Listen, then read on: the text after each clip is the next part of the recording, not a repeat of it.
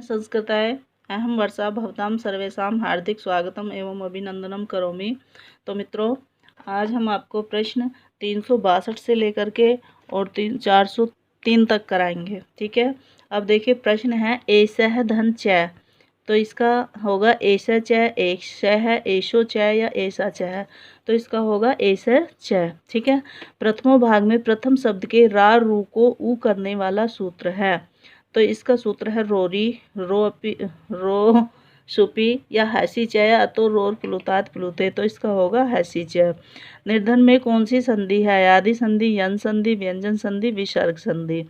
फिर है इसका विसर्ग संधि होगा। फिर है सुगणिशा इति पदे संधि विधायकम सूत्रम अस्ति।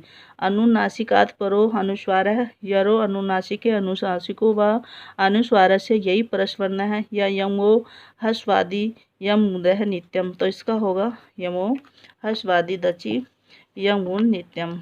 सुगन ईशः इत्यत संधि पदमस्ति सुगनिश, तो इसका होगा गणेश है। डायरेक्ट हम आपको आंसर ही देंगे इसका। ठीक है। कि शब्द का संधि विच्छेद सही नहीं है। इसका प्रधर ऊढ़ धन प्रोढ़ है, यही गलत है, क्योंकि इसका प्रधन ऊढ़ प्रोढ़ होगा, बड़ा ऊ होगा यहाँ पर। ठीक है, बड़ा ऊ होगा, यही गलत है। ठीक है। बाकी सब निधन ऊन न्यून है, और अम्बुधर ऊर्मी अम्बूर्मी, और सची धन इंद्र सचिंद्र, ये सब सही है। ठीक है। पूर्व शब्द के अंत में अच और पर शब्द के अंत के आदि में अच हो तो उस संधि को कहेंगे अच संधि कहेंगे। ठीक है। प्रायः संपूर्ण संधि प्रकरण में किसका अधिकार रहता है?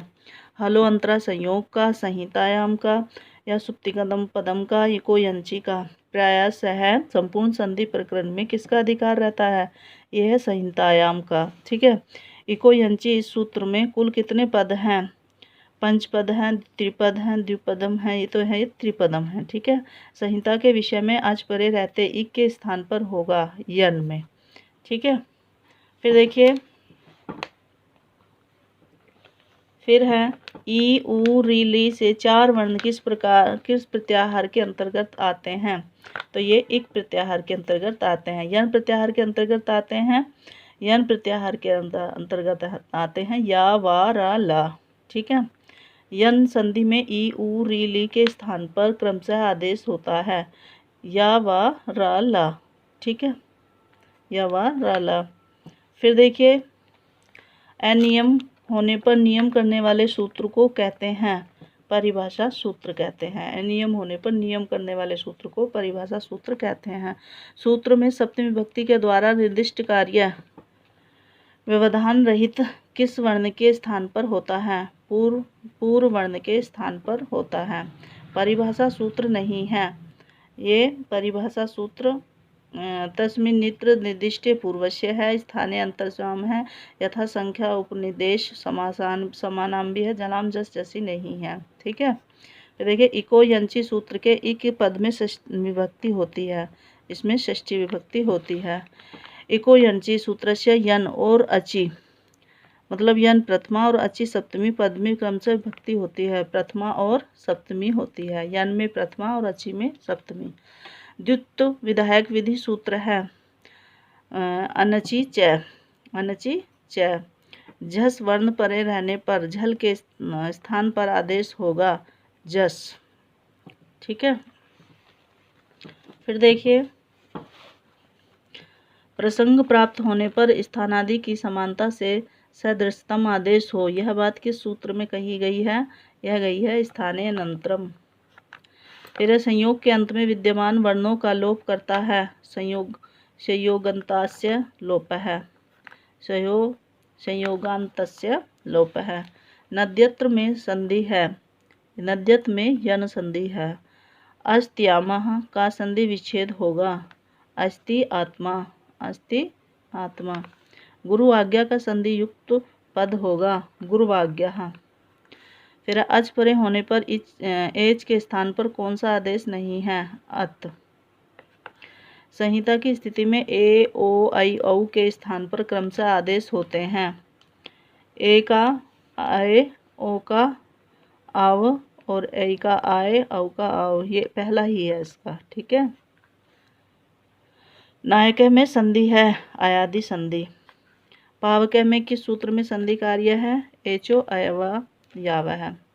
हरिये का संधि विच्छेद होगा। हरिधन हरे धन ए हरे। अयादि संधि का सूत्र है एचो अयवा यावा। गुण संधि का सूत्र है आद गुण है। ठीक है। फिर देखिए वृद्धि संधि का सूत्र है वृद्धि रेची। दीर्घ संधि का सूत्र है अकह से वर्णे दीर्घ है। पूर्व रूप संधि का सूत्र है एंगे पदांता दति। पर रूप विधायक सूत्र है एंगी पर रूपम। यन संधि का सूत्र है इको यंची। ठीक है। प्रकृति भाव करने वाला सूत्र है सर्वत्र विभाषा गो आदसो मात्र और प्रकृति काच। तो ये तीनों होंगे। ठीक है। तीनों होंगे सभी उपयुक्त सभी।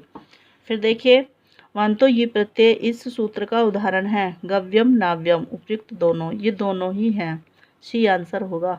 उपेंद्र और गंगोदगम किस संधि का उदाहरण है? वृद्धि संधि का, गुण संधि का, आदि संधि, यन संधि, गुण संधि का।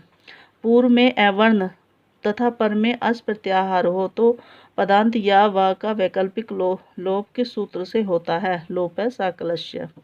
अष्टाध्यायी में त्रिपादी कहा जाता है? अष्टम अध्याय का द्वितीय तृतीय चतुर्थ पाद। ठीक है।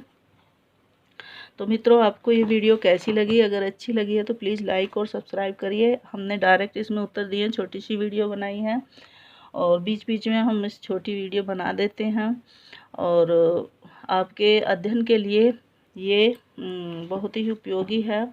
और कल फिर हम आपको टेस्ट के रूप में लेंगे। ये इसमें कोई निशान मतलब पहले हम डायरेक्ट उत्तर नहीं देंगे, चारों विकल्प देने के बाद आपको और हमें देखने हैं। ठीक है। और इसी के साथ मैं अपनी वाणी को विराम देना चाहती हूँ। कल फिर मिलेंगे। धन्यवाद। तो आपको ये वीडियो कैसी लगी? अगर अच्छी लगी तो प्लीज़ लाइक करिए, न्यू है तो सब्सक्राइब करिए। धन्यवाद। Thank you.